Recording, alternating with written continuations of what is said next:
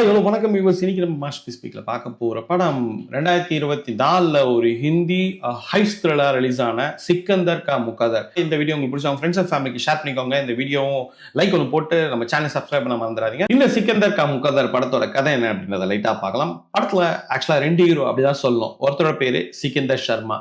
இவர் இந்த கம்ப்யூட்டர் இன்ஸ்டலேஷனு, இந்த டிவி இன்ஸ்டலேஷனு, இந்த மாதிரி விஷயங்கள்லாம் பண்ணிட்டு இருக்காரு. இந்த இன்னொருத்தர் வந்து ஜஸ்விந்தர் சிங். இவர் வந்து இன்ஸ்பெக்டரா வராரு. இவர் ரொம்ப ரொம்ப ரொம்ப கெடுபிடியான ஒரு போலீஸ்காரு. இவர் இன்ட்யூஷன் தான் சொல்லுதோ அதை மட்டுமே கேட்கக்கூடிய ஆளு. இவர் வந்து இந்த பர்சன் தப்பு பண்ணியிருப்பான் அப்படின்னு தோணிச்சுன்னா அவ்வளவுதான், அதெல்லாம் தூக்கி போட்டு சாத்துவாரு. அது உண்மையா என்ன நடந்ததுதான் பார்க்க மாட்டாரு. அவரு இன்ட்யூஷன் தான் சொல்லுதோ அப்படி கேட்பாரு.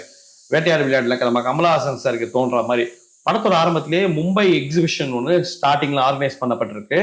இங்க வந்து நிறைய அவுட்லெட்ஸ், அங்க ஷாப்ஸ் வச்சிருக்காங்க. இந்த எக்ஸிபிஷன் நடக்கும்பொழுது அங்க திடீர்னு கொள்ளடிக்கணும்னு சொல்லிட்டு ஒரு 4 பேர், ஒரு கும்பல் வந்து பிளான் பண்ணிட்டு இருக்காங்க. இப்ப அங்க வந்து நிறைய ஷாப்ஸ், அவுட்லெட்ஸ்லாம் வந்து வச்சிருக்காங்க. ஒரு ஒரு பிராண்டுமே அவங்க அவுட்லெட்ஸ் வச்சிருக்காங்க. இந்த எக்ஸிபிஷன்ல இந்த பல பிராண்டுக்கு அந்த அவுட்லெட்டுக்கு தேவையான இன்ஸ்டலேஷன் வேலையெல்லாம் பண்ணக்கூடியதான் நம்ம கதாநாயகன். அங்க பல பிராண்ட்ஸ் வந்து அவங்க அவுட்லெட்ஸ்லாம் போட்டிருந்தாங்க பாத்தீங்களா. இதுல ஒரு பிராண்ட் வந்து ஒரு டைமண்ட் ஜுவல்லரோட அவுட்லெட். அதுல மங்கேஷ் அப்படின்னு சொல்லிட்டு ஒரு நபர், அவர் 50-55 வயசு இருக்கும் அவருக்கும். அந்த நபரோட காம்பன்சிங் அப்படின்னு சொல்ற ஒரு நேம்ல ஒரு பொண்ணு ஒன்று இருக்கும். இந்த பொண்ணும் ஒரு டைமண்ட் அவுட்லெட்ல உள்ள சேல்ஸ்ல ஒர்க் பண்ற ஒரு பொண்ணு தான். இப்ப நம்ம ஏற்கனவே சொன்ன மாதிரி போலீஸ் பயங்கர ஹை செக்யூரிட்டி அதான் அங்க மெயின்டைன் பண்ணியிருப்பாங்க. ஏன்னா எல்லாம் பக்காம உள்ள போறது வெளியே வர்றது எல்லாமே செக் பண்ணி தான் உள்ள அனுப்புவாங்க. இப்படியே தருணத்துல திடீர்னு போலீஸ்க்கு ஒரு கால் ஒன்று வருது. வெளியே பப்ளிக் பூத்துல இருந்து, எஸ்டிடி பூத்துல இருந்து ஒரு கால் ஒன்று வருது. சார், அங்க மிகப்பெரிய கொள்ளை அரங்கேற போகுது, எப்படியாவது தடுத்து நிறுத்துங்க, இல்லைன்னா அப்புறம் பின்னாடி நீங்களே ஃபீல் பண்ற மாதிரி ஆயிடும். அப்புறம் நீங்க யாரையும் குறையும் சொல்ல முடியாது, லேசா விட்டுறாதீங்க யாரையும், உள்ள எல்லாரையும் பக்காவா செக் பண்ணுங்க அப்படின்னு சொல்லிட்டு ஒரு நபர், படத்தை பாருங்க நீங்க அவ்வளவு தெரியும் அந்த நபர் யாருன்றது, அவருக்கும் ஏன் அந்த மாதிரி இந்த விஷயத்த போலீஸ்க்கு பாஸ் பண்றாரு அப்படின்றத நீங்க படத்தை பார்த்தே தெரிஞ்சுக்கோங்க. நான் சொன்னா ஸ்பாயிலரா முடிச்சோம். இப்ப திடீர்னு போலீஸ் அலர்ட் ஆகிற அதே நேரத்துல இப்ப 4 பேர் அந்த இடத்துல கொள்ளடிக்கணும்னு சொல்லிட்டு ஒரு ஐஸ்டா பிளான் பண்ணிருக்காங்க. அவங்களுக்கும் போலீஸ்க்கும் ஒரு ஷூட் அவுட் நடந்து அந்த 4 பேரையே சுட்டு கொண்டிருக்காங்க போலீஸ். இப்ப நல்ல வேலைக்கு நடக்க இருந்த ஒரு மிகப்பெரிய அசம்பாவிதத்தை நம்ம தடுத்துட்டோம் அப்படின்னு சொல்லிட்டு அங்க போலீஸ்காரங்க நிம்மதியா இருக்கக்கூடிய ஒரு தருணத்துல இப்ப இங்க இருக்க மங்கேஷும் காமினியும் அங்க இருக்க டைமண்ட் பிராண்டுக்கு அவுட்லெட்ல சேல்ஸ்க்கு இருந்தாங்க பாத்தீங்களா, அங்க அவங்க டிஸ்பிளேல வச்சிருந்த 5 விலை மேக்கர் 50-60 கோடி மதிப்புள்ள டைமண்ட்ஸை யாரோ கொள்ளடிச்சிடுறாங்க. இது யாரு கொள்ளடிச்சாங்க அப்படின்றத உடனே யாரு குற்றவாளி அப்படின்னு சொல்லிட்டு கண்டுபிடிக்கன்னு சொல்லிட்டு இந்த பொறுப்பை ரொம்ப ரஃப் அண்ட் டஃபா போலீஸ்காரரா இருக்கக்கூடிய நம்ம இன்ட்யூஷன் ஆளு ஜஸ்விந்தர் சிங் அவர்கிட்ட தான் அந்த கேஸை கொடுக்குறாங்க. இதுக்கப்புறம் நம்மளே எதிர்பார்க்காம இதுக்கப்புறம் கதையில என்னென்ன நடக்குதுன்னு சொல்லிட்டு ரொம்ப சுவாரஸ்யமா சொல்ல ட்ரை பண்ணியிருக்காரு நம்ம டைரக்டர். இந்த படத்தை இதுக்கு முன்னாடி எம்எஸ் தோனி த அன்டோல்ட் ஸ்டோரி அப்படின்னு சொல்லிட்டு எடுத்துருக்கா பாத்தீங்களா, இதுக்கு முன்னாடி நீரஜ் பாண்டியன் நினைக்கிறேன், அந்த டைரக்டர் தான் இந்த படத்தோட டைரக்டர். ஸோ ரொம்ப இது புது படம் தான். நீங்க இப்போ தமிழ் டப்பிங்லயே இருக்கு, நீங்க பார்க்கணும் நினைச்சா பார்க்கலாம். இந்த படத்தை பொறுத்த வரைக்கும் முடிஞ்ச அளவுக்கு ஒரு சில கதாபாத்திரங்கள், குறிப்பா இந்த 2 கதாநாயகனோட கதாபாத்திரம் அவங்களுக்குள்ள நடக்கிற கான்வர்சேஷன், பர்டிகுலர் டைம்ல நடக்கக்கூடிய ஒரு கான்ஃபிளிக்ட், இதுக்கப்புறம் அந்த 2 பேர் நடக்கக்கூடிய ஆடுபுலி ஆட்டம், இந்த விஷயத்த சுவாரஸ்யப்படுத்துறது தான் ட்ரை பண்ணி சொல்லி வந்திருக்காரு. டெக்னிக்கல் டெஃபினட்டா இந்த படம் வந்து ரொம்ப சாலிடான மூவி சொல்லலாம். ஒண்ணுமே கிடையாது.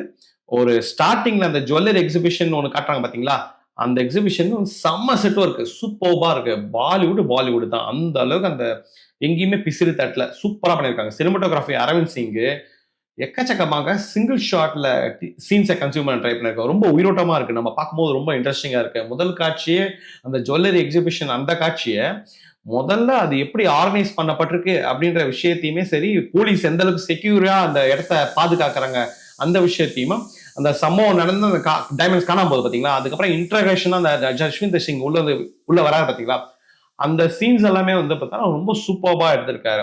அதுக்கப்புறம் அந்த கதையை வந்து சூப்பரா மூவ் பண்ற விஷயங்கள்ல எடிட்டிங்ல சூப்பரா பண்ணிருக்காரு. அதே மாதிரி ஷார்ட்ஸ் எல்லாம் சிங்கிள் ஷாட்ல பண்ணது வந்து ரொம்ப ரொம்ப பார்க்கறதுக்கு குளிர்ச்சியா இருந்தது. மியூசிக் ரொம்ப பக்கபலமாவே இருந்தது படத்துக்கு. படத்துல முக்கியமான கதாபாத்திரங்கள் அப்படின்னு சொன்னாலே 3 தான். மொத்தம் அவினாஷ் தேவாரி, 2வது வந்து ஜிம்மி ஷெகில், அவர்தான் ரொம்ப ஸ்ட்ரிக்டாக போலீஸ் ஆஃபீஸரா வரா பாத்தீங்களா, அவரு ஜஸ்விந்தர் சிங்கா. 3வது படத்துல நம்ம தமன்னா பாட்டியா இவங்க இருக்காங்க. இவங்க 3 கதாபாத்திரங்கள் தான் அந்த மொத்தமா இருக்க இந்த கதையே நகர்த்திருக்காங்க. இந்த ஆர்டிஸ்ட் வந்து 3 பேருமே எப்படி எந்த அளவுக்கு பெர்ஃபார்ம் பண்ணாங்க அப்படின்றத அந்த படத்தோட நம்ம அவுட்புட்டா நம்ம பார்க்குறோம். இது எல்லாமே இருந்தும் எனக்கு பர்சனலா இந்த படத்த பார்க்கும்பொழுது, ஏங்க இப்ப வந்து ஒரு ஒரு ஒரு கதாபாத்திரத்துக்கு ஒரு ஒரு சின்ன விஷயங்கள் இருக்கலாம். ஒரு சினிமாத்தனமா ஒரு சில விஷயங்கள நீங்க காமிக்கலாம். இப்ப ஒரு கதாபாத்திரத்துக்கு எந்த பிரச்சனையுமே இல்ல அப்படின்னா, அந்த கதாபாத்திரத்துக்கு எதுக்கு தடுமாறணும்? ஒரு தப்பான வழியில ஏதோ ஒரு விஷயத்த எதுவுமே யார் சொல்றதையும் கேட்காம, உனக்கு பிடிக்கலையோ ஒரு வழி இல்லாம ஒண்ணு பண்றாங்க அப்படின்னு சொன்னா, நமக்கு பிரச்சனை ஆயிடும் அப்படின்னு சொல்லிட்டு பதபதப்பு அவங்களுக்கு கண்டிப்பா இருக்கும். அந்த கதாபாத்திரத்துக்கு ஏன் அந்த பயம் வரணும்? இந்த மாரி சினிமாட்டிக்கா சொல்ல ட்ரை பண்ணது வந்து எனக்கு லாஜிக்கலா ஒர்க் ஆகல. லாஜிக்கலா பார்க்கக்கூடாது படத்துல அப்படின்னு சொன்னீங்கன்னா, ஒரு சில விஷயங்கள் நம்மளுக்கு ஒட்டாததுக்கு ரீசன் வந்து இதான் அந்த படத்துல. லாஜிக் பெருசா யோசிக்க முடியல. இருந்தாலும் கதைக்கு இப்படி தேவை. ஸோ அவங்களா அந்த கதைய எப்படி எப்படிலாம் ஃபார்ம் பண்ண முடியுமோ, அந்த விஷயத்துக்கு ஏத்த மாரி அவங்களே அத மாத்திக்கிட்டாங்க. இது குறிப்பா செகண்ட் ஹால்ஃப்ல ஒரு சில கதாபாத்திரங்கள் நமக்கு வந்து எக்ஸ்பெக்டே பண்ணாத ஒரு சில கதாபாத்திரங்கள் ட்விஸ்ட் அண்ட் டர்ன்ஸோட தான் கதைக்களம் நகருது. அந்த இடம் சூப்பரா இருந்தது. என்ன கேட்டீங்கன்னா, இந்த படம் வந்து ஒரு ஹிந்தி த்ரில்லர் தமிழ் டப்பிங்ல இருக்கிறது தான் நமக்கு தேவையான விஷயம். ஒரு டீசென்ட்டான ஒரு வொர்த் வாட்சிங் தான் சொல்வேன். பட் லாஜிக் இல்ல படத்துல. நீங்க அத தெளிவா புரிஞ்சுகிட்டு, இந்த காலோட இந்த படத்த நீங்க பார்க்கலாம். இந்த படத்துல வந்து இன்ட்ரஸ்டிங்கான விஷயங்கள் இருந்தாலும், எனக்கு பெர்சனலா இந்த படம் கனெக்ட் ஆகல. கனெக்ட் ஆகலன்ற சென்ஸ் அவங்க சொன்ன அந்த கிளைமாக்ஸ் போர்ஷன் எனக்கு கன்வின்சிங்கா இல்ல. இதோட பெட்டரா அவங்க சொல்லியிருக்கலாம் அப்படின்னு சொல்லிட்டு எனக்கு தோணுச்சு. பட் உங்களுக்கு இந்த படம் பிடிக்கிறதுக்கு நெறைய வாய்ப்புகள் இருக்கு. உங்களுக்கு டைம் இருந்ததுன்னா, ஒரு ஹைஸ் த்ரில்லர் பார்க்கணும்னு ஆசைப்பட்டீங்கன்னா, இந்த படத்த தமிழ் டப்பிங்ல இருக்கு. நீங்க பார்த்து என்ஜாய் பண்ணுங்க. இதே மாரி இன்னொரு படத்தோட ரிவ்யூவோட சூப்பரா நான் உங்கள வந்து சந்திக்கிறேன் நெக்ஸ்ட் வீக்ல. அன்டில் தென் பை ஃப்ரம் உங்கள் பிரஸ்னா. தேங்க்ஸ் ஃபார் வாட்சிங் மாஸ்டர்பீஸ் ஸ்பீக். நன்றி, வணக்கம்.